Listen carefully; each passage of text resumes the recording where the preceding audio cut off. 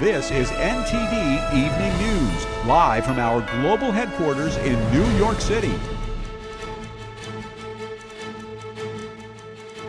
Good evening, and thank you for joining us tonight. I'm Brendan Fallon.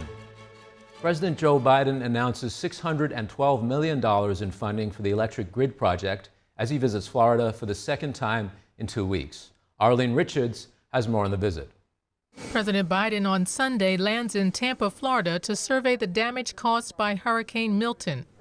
At a press conference, he announced more than $500 million for electric grid projects. Today, I'm proud to announce $612 million to 6 new cutting-edge projects to support communities impacted by Hurricane Helene and Milton. That includes $47 million for Gainesville Regional Utilities and another $47 million for Florida Power and Light. He said the funding will restore power to the region and make its system stronger and more capable as major weather events become more frequent. Before speaking to the press, the president flew by helicopter to St. Pete's Beach. Then his motorcade drove along the highway viewing debris, fallen trees, and homes destroyed. He empathized with people affected by the storm. I spoke with first responders who've been working around the clock.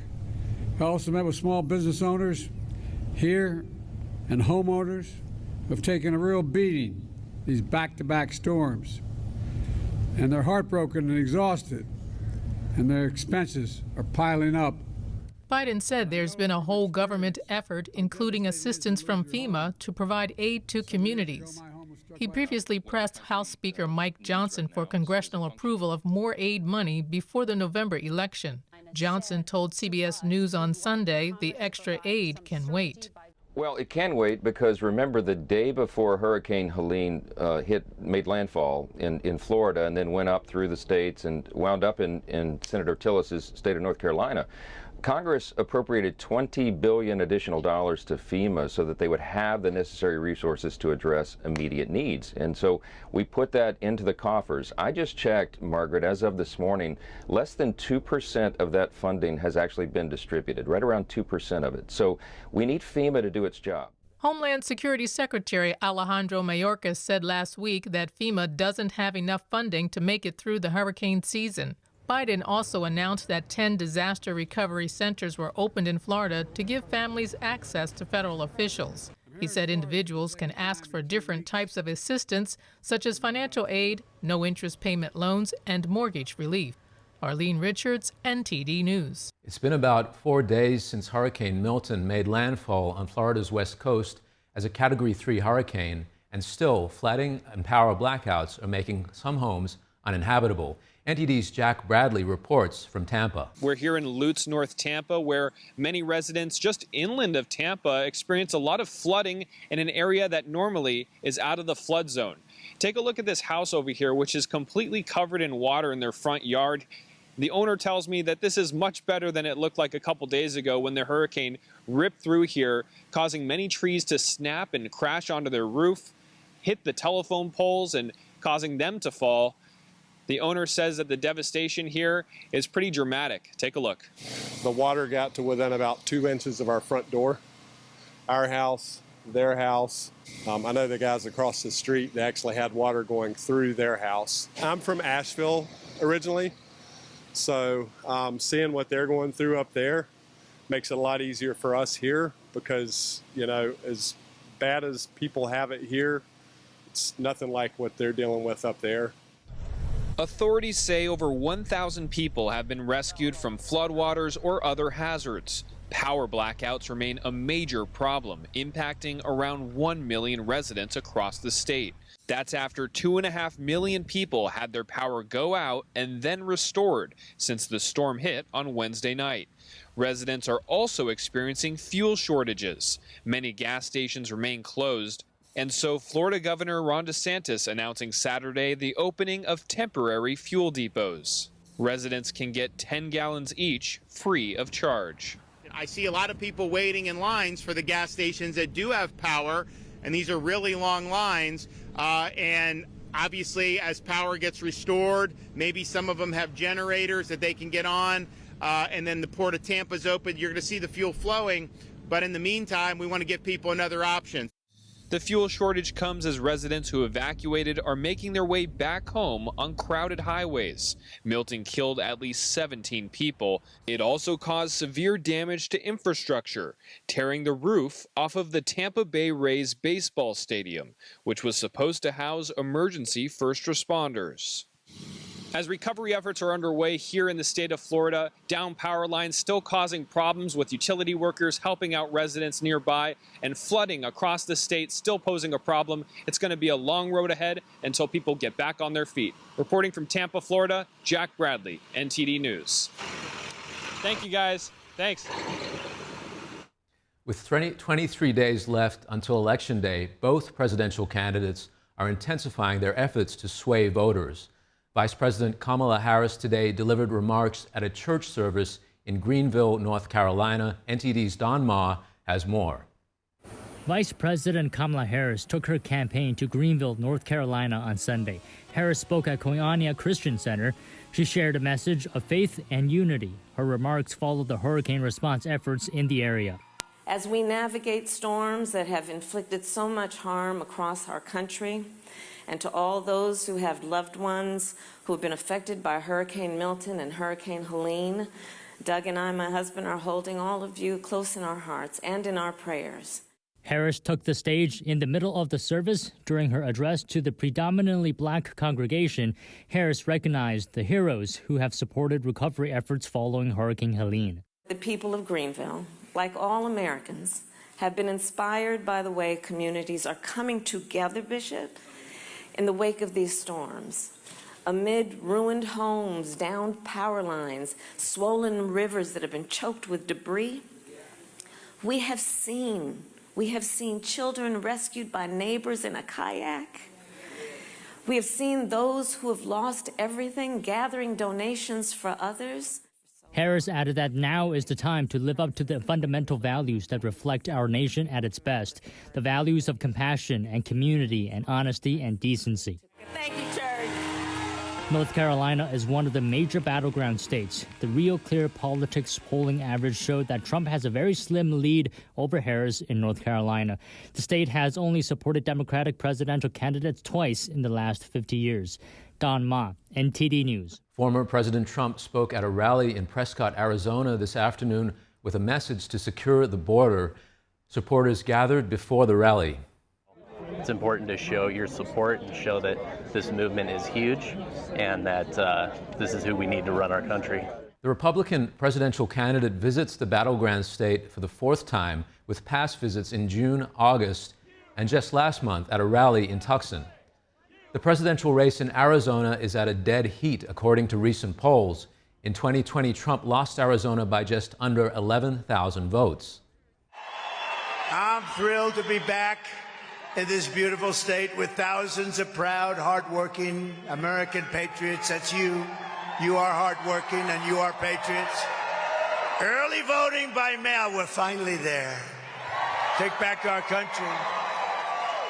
Early voting by mail and in person opened in Arizona earlier this week. So if you have a ballot, return it immediately. And if not, go vote. Get your you-know-what up and vote. Actor Dennis Quaid endorsing former President Trump for re-election. The Hollywood star spoke in Coachella, California yesterday, a town best known for its annual music festival. Are we going to be a nation of law and order? Or wide open borders? Which is it? Because it's time to pick a side. Quaid compared this year's election to 1980 when Ronald Reagan was elected. He mentioned similarities such as high inflation and tensions with Iran. Quaid also told the story of how he sponsored an illegal immigrant to get a green card. His housekeeper had been in the country for 10 years, fearing deportation. Quaid says she's now in the process of becoming a citizen. A man who allegedly said he wanted to kill the president has been arrested. The Riverside County Sheriff's Department arrested him outside a Trump rally in Coachella, California on Saturday. In a text message to the Epoch Times, Sheriff Chad Bianco said they arrested 49-year-old Vem Miller while he was trying to get in the perimeter with 2 firearms. Miller reportedly said he was going to kill the president. Authorities said the incident did not impact the safety of former President Trump. Israeli Prime Minister Benjamin Netanyahu issued a statement today urging the UN Secretary General to evacuate peacekeeping forces from the danger zone. NTD's Fiona G. has the latest. Mr. Secretary General, get the UNIFIL forces out of harm's way. It should be done right now, immediately. In the statement, Netanyahu said that leaving the forces there made them human shields for Hezbollah. He also stated that previous requests for the UN to evacuate were all refused. The appeal came after fire from the Israel Defense Forces, or IDF, hit UN peacekeeping bases in Lebanon twice at Israel's northern border. International leaders, including the Italian Prime Minister and French President, condemned Israel's actions. The IDF also announced today that Hezbollah fired 115 projectiles into Israeli territory. The Israeli military has itself targeted and hit 240 targets in Gaza and Lebanon this weekend. A drone attack wounded at least 20 people in the northern Israeli town of Binyamina today, as reported by N12 News Television. Israeli media later reported that at least 40 were injured. Video footage showed a helicopter carrying those wounded in the attack landing at a hospital near Tel Aviv. The head of Israel's ambulance service said that at least 5 people were badly hurt. Fiona G., NTD News. The U.S. is sending an advanced anti-missile system to Israel. It's designed to intercept and destroy medium and short-range ballistic missiles. A Pentagon statement says the missile defense system will further strengthen Israel's air defenses. Along with the technology, the U.S. will send around 100 troops to operate it. The statement emphasizes the action underscores the United States' ironclad commitment to the defense of Israel. The move comes despite Iran warning Washington to keep American forces out of Israel. The decision also follows Iranian missile attacks on Israel in April and October. The anti-missile system can defend against targets at ranges of 93 to 124 miles. However, it is not immediately clear where the technology is coming from or when it will arrive. Joining us here to discuss more on these developments is Middle East Affairs Analyst Jared Filiti. He's also an attorney specializing in international law and human rights. Jared, thank you for joining us today. My pleasure. Thank you. To start with, I'd like your view on Netanyahu's warning to the UN that we just heard earlier. What do you think that statement says about his next steps in this war? Netanyahu's statement acknowledges where we are in reality, that there is a state of war between Hezbollah and Israel, and that the United Nations should not be in a position where it is being used or manipulated into being targets. The members of the UNFIL team who are still in southern Lebanon are prudent to evacuate and not be in the line of fire in an active war zone. Peacekeepers have a role, but their role is not to be involved in active combat. So what we see from Prime Minister Netanyahu is an acknowledgement of the state of war that exists between Hezbollah and Israel, and one that is not likely to end anytime soon. Netanyahu also says that Hezbollah uses these troops as human shields. He also says the IDF has asked for these evacuations before and was refused. Why would the UN not want to pull these personnel from the area? The UN is very much a political body that is subject to the whims of the countries on the Security Council that control these troops. And many of these countries are not friends of Israel. Many of these countries don't care if there are people or whether it's civilians or United Nations forces in harm's way. Ultimately, they claim to be there for the better good. However, what we're seeing is that they are being used to shield Hezbollah terrorists. We see that Hezbollah has constructed tunnels with 100 meters of UN observation posts, which is ridiculous to think that the United Nations has not seen how Hezbollah has been preparing for war. If anything, the UN forces can be said to be assisting Hezbollah in the run-up to this war rather than doing anything to keep the peace. So what we see here is the reality. The reality is that the United Nations has not been unbiased. You're seeing on screen now a very tunnel which was found within sight of the United Nations forces. So this calls into question the impartiality of UN troops and whether they are being willfully or negligently being manipulated to be in a situation that is beneficial to a terrorist organization. And speaking of Hezbollah, Jared, I'd like your thoughts on this soundbite, which we'll play now. Another thing that I want to emphasize is how much we close to the UN base in your right. It's less than 200 meters from us. Actually, we are standing in a military base of Hezbollah very close to the UN. And these Hezbollah tunnels were found just 200 meters from a UN station. These couldn't possibly have been planned, mapped out, and dug in a very short period of time. What does this say to you?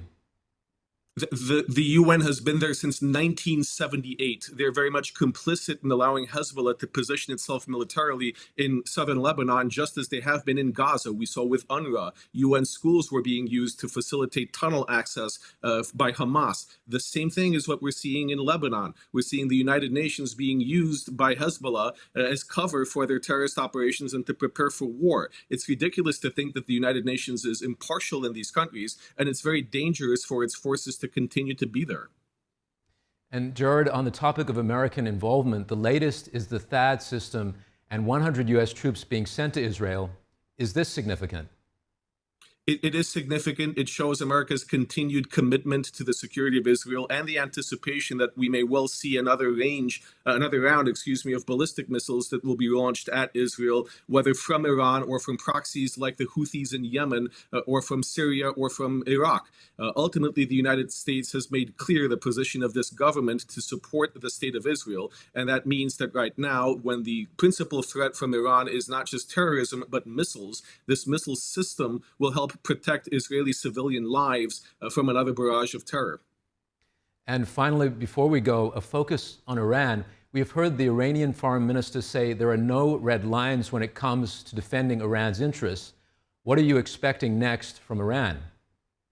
Since the Iranian Revolution in 1979, it has been a state committed to the destruction of the state of Israel. What we expect is what we're seeing and what we continue to see. Iran using its proxies, its terrorist organizations like Hamas and Hezbollah, as well as direct military intervention to attack Israel. So we can expect right now that after Israel retaliates for the last round of missiles that came from Iran, Iran may very well escalate and continue finding new ways to launch missiles at Israel or to threaten the Gulf countries that have been supportive or at least have stood against Iran, countries that are responsible for a lot of the oil output that we see in the world. So there is a threat of regional instability that is posed by Iran and its continuing military adventurism. Middle East Affairs Analyst Jared Falidi, thank you for your insights. Thank you.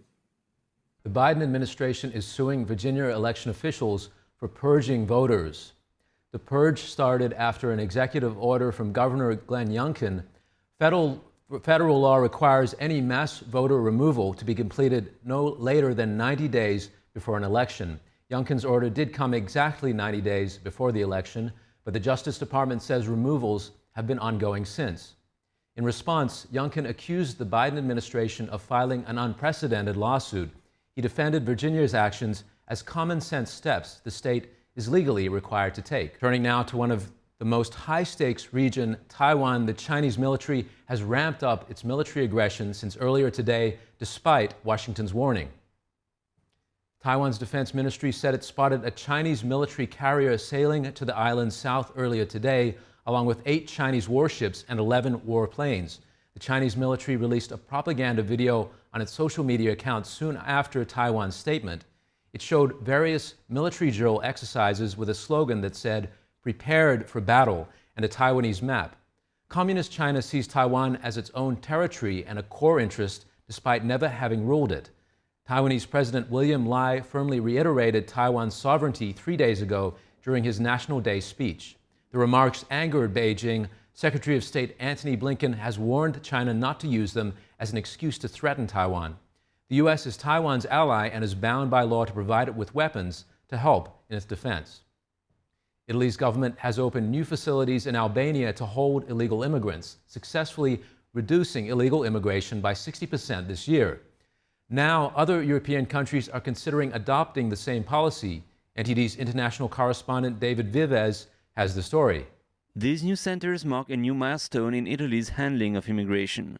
The facilities will receive male migrants intercepted in international waters. They will then process their asylum claims for Italy there. In 2023, 125,000 migrants arrived by boat, almost double the number from 2022. And this number has decreased to 45,000 this year, showing the success of Meloni's government's new policy. Italy's solution seems to be inspiring France's government. Prime Minister Michel Barnier said new agreements might be made with African and Middle Eastern countries. The French ask us to find solutions with countries where immigrants come from, but also with countries they are transitioning by. French Interior Minister Bruno Retailleau said centers for migrants outside of Europe could be a solution to quell immigration. France's Prime Minister announced today that a new immigration bill will be examined by Parliament in 2025. David Vives, NTD News, Paris. SpaceX has reached a new level of rocket engineering. They were able to land a rocket booster right back to where it took off from. NTD's Sean Marshall has more. 2, 1. SpaceX launched its 400-foot tall Starship rocket at 8:25 a.m. Eastern Time today. They reached a new milestone in catching the returning booster back at the pad with mechanical arms. Elon Musk commented on X app, "Big step towards making life multiplanetary was made today." The last rocket booster return in June was the most successful yet, completing the flight without exploding.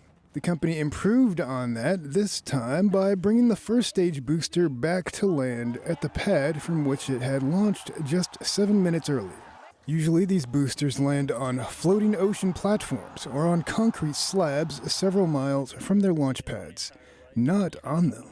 NASA has ordered 2 Starships to land astronauts on the moon later this decade. SpaceX intends to use Starship to send people and supplies to the moon and eventually to Mars. Sean Marshall, NTD News. Thank you for tuning in. I'm Brendan Fallon. Have a great evening.